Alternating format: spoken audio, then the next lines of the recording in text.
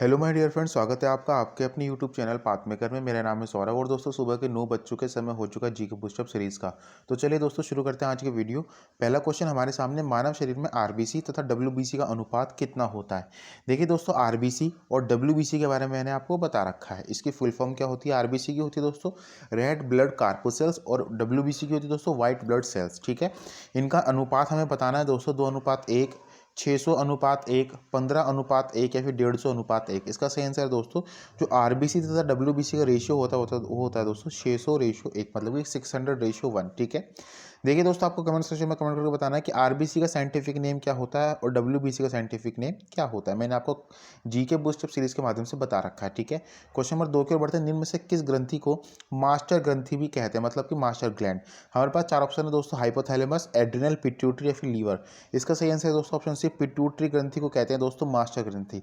अगर आपसे पूछ लिया है दोस्तों सुपर मास्टर ग्लैंड कौन सी, सुपर मास्टर होती है दोस्तों हाइपोथैलेमस। ठीक है, लीवर है दोस्तों, ये लीवर सबसे बड़ी ग्रंथि है हमारे शरीर की।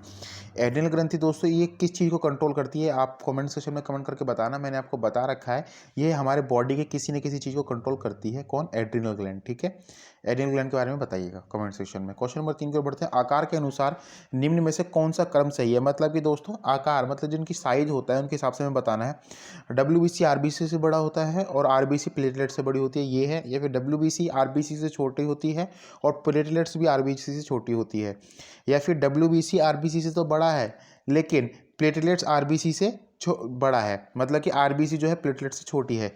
और चौथा ऑप्शन है दोस्तों, डब्ल्यूबीसी आरबीसी से छोटा है और प्लेटलेट्स आरबीसी से छोटा है। इसका सही आंसर है दोस्तों, अगर हम बात करें साइज के हिसाब से तो डब्ल्यूबीसी सबसे बड़ी होती है, उससे छोटी होती है आरबीसी और सबसे छोटा होता है दोस्तों प्लेटलेट्स। ठीक है, तो आंसर क्या होगा हमारा ऑप्शन ए, मतलब कि सबसे बड़ा साइज डब्ल्यूबीसी का और उससे छोटा आरबीसी का और सबसे छोटा प्लेटलेट्स का। ठीक है, क्वेश्चन नंबर 4 की ओर बढ़ते हैं। निर्णय लेने की शक्ति निम्न में से किसके द्वारा नियंत्रण की जाती है। हमारे पास 4 ऑप्शन है दोस्तों, occipital lobe, temporal lobe, parietal lobe या फिर फ्रंटल लोब। इसका सही आंसर दोस्तों ऑप्शन डी, फ्रंटल लोब। देखिए दोस्तों, मैंने आपको बताया था सेरिब्रम, सेरिब्रम जिसके बारे में मैंने आपको बोला था दोस्तों, हमारा जो ब्रेन होता है इसका सबसे बड़ा पार्ट होता है, सब पार्ट। ठीक है, और वो दोस्तों किसका पार्ट था, वो था फोर ब्रेन का। सेरिब्रम जो होता है दोस्तों उसको ना 4 पार्ट में डिवाइड किया जाता है। कैसे? ये 4 पार्ट में डिवाइड किया जाता है दोस्तों, occipital lobe, temporal lobe, parietal lobe और फ्रंटल लोब। ठीक है, इस तरीके से डिवाइड किया जाता है। और दोस्तों जो फ्रंटल लोब है यही हमारे डिसीजन मेकिंग पावर को कंट्रोल करता है। ठीक है, क्वेश्चन नंबर 5 की ओर बढ़ते हैं। गरीबी हटाओ कार्यक्रम की शुरुआत किस पंचवर्षीय योजना के दौरान हुई थी। हमारे पास 4 ऑप्शन दोस्तों, पहली, 5वीं, 8वीं या फिर तीसरी। इसका सही आंसर दोस्तों ऑप्शन बी, 5वीं पंचवर्षीय योजना के दौरान दोस्तों गरीबी हटाओ कार्यक्रम की शुरुआत की गई थी। ठीक है, जो कि 1974 से लेकर के 78 तक चला था, मतलब कि पूरा भी वो 79 तक था, लेकिन एक साल पहले इसको खत्म कर दी गई थी इस योजना को। ठीक है दोस्तों, आपको कमेंट सेक्शन में कमेंट करके बताना है पहली पंचवर्षीय योजना का मॉडल किसके द्वारा तैयार किया गया था और यह पंचवर्षीय योजना किस मॉडल पर आधारित थी, मतलब किसके ऊपर इसमें जोड़ दिया गया था। ठीक है, ऐसे दोस्तों आपको तीसरी पंचवर्षीय योजना के बारे में भी बताना है। ठीक है, क्वेश्चन नंबर 6 की ओर बढ़ते हैं। रीजनल रूरल बैंक की स्थापना कब की गई थी। हमारे पास 4 ऑप्शन है दोस्तों, 1985, 1991, 1975 या फिर 1982। इसका सही आंसर है दोस्तों ऑप्शन सी, 1975। 2 अक्टूबर 1975 को दोस्तों रीजनल रूरल बैंक की स्थापना की गई थी, जिसे हम ग्रामीण बैंक के रूप में जानते हैं। ठीक है, हम बढ़ते हैं दोस्तों क्वेश्चन नंबर 7 की ओर। क्वेश्चन नंबर 7 हमारे सामने, आईपीओ का पूर्ण रूप क्या होता है। हमारे पास 4 option, Indian public offer, international public offer, initial public outcome या फिर इनिशियल पब्लिक ऑफर। देखिए दोस्तों, किसी भी कंपनी के द्वारा अपने फंड को राइज करने के लिए, मतलब कि फंड को बढ़ाने के लिए क्या किया जाता है दोस्तों, इनिशियल पब्लिक ऑफर किया जाता है, मतलब कि ऑप्शन डी। ठीक है, और दोस्तों एक बात और आप ध्यान रखेंगे, जो इनिशियल पब्लिक ऑफर है कोई भी कंपनी या फिर कोई भी फर्म सिर्फ एक ही बार जारी कर सकती है। ठीक है, क्वेश्चन नंबर 8 की ओर बढ़ते हैं। निम्न में से कौन सी नदी बंगाल की खाड़ी में नहीं गिरती है। हमारे पास 4 ऑप्शन है, गंगा, ताप्ती, गोदावरी या फिर महानदी। इसका सही आंसर दोस्तों ऑप्शन बी, ताप्ती नदी दोस्तों खंबात की खाड़ी में गिरती है, बंगाल की खाड़ी में नहीं गिरती।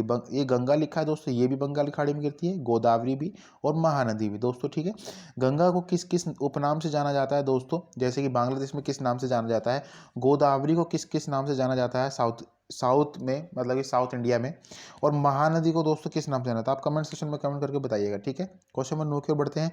महात्मा बुद्ध के पिता का नाम क्या था। हमारे पास 4 ऑप्शन दोस्तों, कपिल वास्तु, शुद्धोधन, शाक्य मुनि या फिर सिद्धार्थ। इसका सही आंसर दोस्तों ऑप्शन बी, शुद्धोधन। शुद्धोधन था दोस्तों उनके पिताजी का नाम। और दोस्तों वो कहाँ के राजा थे? वो कपिलवास्तु के राजा थे, ठीक है। और दोस्तों लिखा हुआ है शाक्य मुनि। शाक्य मुनि महात्मा बुद्ध को ही कहा जाता है, शाक्य मुनि और काक मुनि। और सिद्धार्थ दोस्तों ये उनके बचपन का नाम था, ठीक है। क्वेश्चन नंबर 10 की ओर बढ़ते हैं। महात्मा बुद्ध को ज्ञान की प्राप्ति किस नदी के किनारे हुई थी? हमारे पास चार ऑप्शन दोस्तों, निरंजना नदी, फाल्गु नदी, गंगा नदी, फिर ए तथा बी दोनों। देखिए दोस्तों, बोध गया बिहार में पीपल के पेड़ के नीचे और निरंजना नदी या फिर फाल्गु नदी के तट पर उनको ज्ञान की प्राप्ति हुई थी। जो उसने निरंजना नदी है इसको वर्तमान में फाल्गु नदी के नाम से जानते हैं, ठीक है। तो इसका आंसर क्या होगा? ऑप्शन डी, ए तथा बी दोनों। क्वेश्चन नंबर 11 के बढ़ते हैं। विश्व पुस्तक दिवस कब मनाया जाता है? हमारे पास चार ऑप्शन, 18 जुलाई, 23 जुलाई, 7 अप्रैल या फिर 27 अगस्त। इसका सही आंसर दोस्तों जो विश्व पुस्तक दिवस मनाया जाता है मनाया जाता है 23 अप्रैल को, ठीक है। क्वेश्चन नंबर 12 की ओर बढ़ते हैं। महात्मा गांधी कितने वर्ष दक्षिण अफ्रीका में बिताने के बाद भारत लौटे थे? हमारे पास चार ऑप्शन है, 10 वर्ष, 12 वर्ष, 20 वर्ष या फिर 21 वर्ष। इसका सही आंसर दोस्तों गांधी जी ने 21 वर्ष बिताए थे साउथ अफ्रीका में, उसके बाद ही भारत लौटे थे, ठीक है। क्वेश्चन नंबर 13 की ओर बढ़ते हैं। फिनिक्स फर्म की स्थापना किसके द्वारा की गई थी? हमारे पास चार ऑप्शन, मोतीलाल नेहरू, जवाहरलाल नेहरू, महात्मा गांधी या फिर सुभाष चंद्र बोस। इसका सही आंसर दोस्तों ऑप्शन सी, महात्मा गांधी जी के द्वारा फिनिक्स फर्म की स्थापना की गई थी।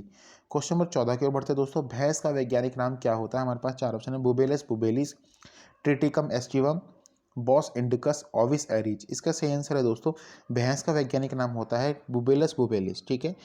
ट्रिटिकम एस्टिवम, बॉस इंडिकस और ओविस एरीज। कल ही दोस्तों मैंने आपको, कल की वीडियो में मैंने आपको ये समझाया था। आप कमेंट सेक्शन में कमेंट करके बताइएगा कि ये तीनों किस किस के साइंटिफिक नेम है, ठीक है। क्वेश्चन नंबर 15 की ओर बढ़ते हैं दोस्तों। हिंदुस्तान सोशलिस्ट रिपब्लिकन एसोसिएशन की स्थापना किसके द्वारा की गई थी? हमारे पास चार ऑप्शन दोस्तों, भगत सिंह, सचिंद्र नाथ सान्याल, चंद्रशेखर आजाद या फिर सुखदेव थापर। इसका सही आंसर है दोस्तों, देखिए इसका सही आंसर तो है दोस्तों चारों के द्वारा ही इसकी स्थापना की गई थी। लेकिन अगर हम बात करते हैं दोस्तों मेन जो एग्जामिनेशन पॉइंट ऑफ व्यू से हमसे मेनली जो पूछा जाता है वो पूछा जाता है दोस्तों चंद्रशेखर आजाद जी के बारे में, ठीक है। हालांकि स्थापना इन चारों ने ही की है इसकी, लेकिन जो मेन व्यक्ति थे वो चंद्रशेखर आजाद थे और इसकी स्थापना सन 1928 में की गई थी, ठीक है। अगर दोस्तों आपको चार ऑप्शन में नहीं देते तो इनमें से कोई भी एक भी दे सकता है, वो भी आंसर सही होगा, ठीक है। क्वेश्चन नंबर 16 की ओर बढ़ते हैं। स्वतंत्र भारत के प्रथम भारतीय गवर्नर जनरल कौन बने थे? हमारे पास चार ऑप्शन है, जवाहरलाल नेहरू, सी राजगोपालाचारी, महात्मा गांधी या फिर डॉक्टर राजेंद्र प्रसाद। इसका सही आंसर दोस्तों स्वतंत्र भारत के प्रथम भारतीय गवर्नर जनरल बने थे दोस्तों सी राजगोपालाचारी, ठीक है। क्वेश्चन नंबर 17 की ओर बढ़ते हैं। कंप्यूटर प्रोग्रामिंग हेतु विकसित की गई प्रथम भाषा कौन सी है? हमारे पास चार ऑप्शन है, फोर्ट्रन, बेसिक, जावा या फिर VB.NET। इसका सही आंसर है, देखिए दोस्तों जो कंप्यूटर प्रोग्रामिंग के लिए पहली जो लैंग्वेज विकसित की गई थी उसका नाम था दोस्तों फोर्ट्रन, ठीक है। क्वेश्चन नंबर 18 की ओर बढ़ते हैं। जब एक से अधिक कंप्यूटर को जोड़कर डाटा या फिर सूचना को शेयर किया जाता है तो इसे क्या कहा जाता है? देखिए दोस्तों उसको नेटवर्किंग कहते हैं। जब हम एक से अधिक कंप्यूटर को, दो या दो से अधिक कंप्यूटर को जोड़ते हैं और सूचना का हस्तांतरण करते हैं इधर से उधर, तो क्या कहलाती है? नेटवर्किंग कहलाती है। क्वेश्चन नंबर 19 की ओर बढ़ते हैं। G20 शिखर सम्मेलन की मेजबानी भारत के द्वारा किस वर्ष की जाएगी? हमारे पास चार ऑप्शन, 2021, 2022, 2023 या फिर 2024। इसका सही आंसर दोस्तों ऑप्शन सी, 2023 में G20 शिखर सम्मेलन की मेजबानी भारत के द्वारा की जाएगी। क्वेश्चन नंबर 20 के बढ़ते हैं दोस्तों। हाल ही में सिम्बेक्स 2020 अभ्यास भारत और किस देश के बीच शुरू हुआ है? हमारे पास चार ऑप्शन है, साउथ कोरिया, श्रीलंका, सिंगापुर या फिर साउथ अफ्रीका। इसका सही आंसर दोस्तों option C, Singapore. Question number 21 का आंसर दोस्तों आपको कमेंट सेक्शन में कमेंट करके बताना है। राज्यसभा के कितने सदस्य हर 2 साल बाद रिटायर हो जाते हैं? ठीक है। कल हमने आपसे पूछा था दोस्तों संवैधानिक उपचारों के अधिकारों के अंतर्गत कितने प्रकार की रिट्स जारी की जाती है, उनके नाम बताइए। देखिए दोस्तों मैंने आपको बता रखा है आर्टिकल 32 यह बताता है कि 5 टाइप की रिट्स जारी की जा सकती है सुप्रीम कोर्ट हाई कोर्ट के द्वारा। और दोस्तों कौन कौन सी? ये habeas corpus, mandamus, prohibition, quo warranto और सर्जरी। ये 5 टाइप की रिट है दोस्तों जो कि जारी की जाती है मानव हित में, ठीक है। और दोस्तों आर्टिकल 32 को ही या फिर संवैधानिक उपचारों के अधिकारों को ही डॉक्टर भीमराव अंबेडकर ने संविधान की आत्मा भी कहा था, ठीक है। आज की वीडियो यहीं पे समाप्त होती है दोस्तों। आपको वीडियो कैसी लगी कमेंट सेक्शन में कमेंट करके जरूर बताइएगा, हमें आपके कमेंट्स का इंतजार रहेगा। चलिए दोस्तों विदा लेते हुए आपसे मिलेंगे अपनी नेक्स्ट वीडियो में। थैंक्स फॉर वॉचिंग गाइस, जय हिंद जय भारत।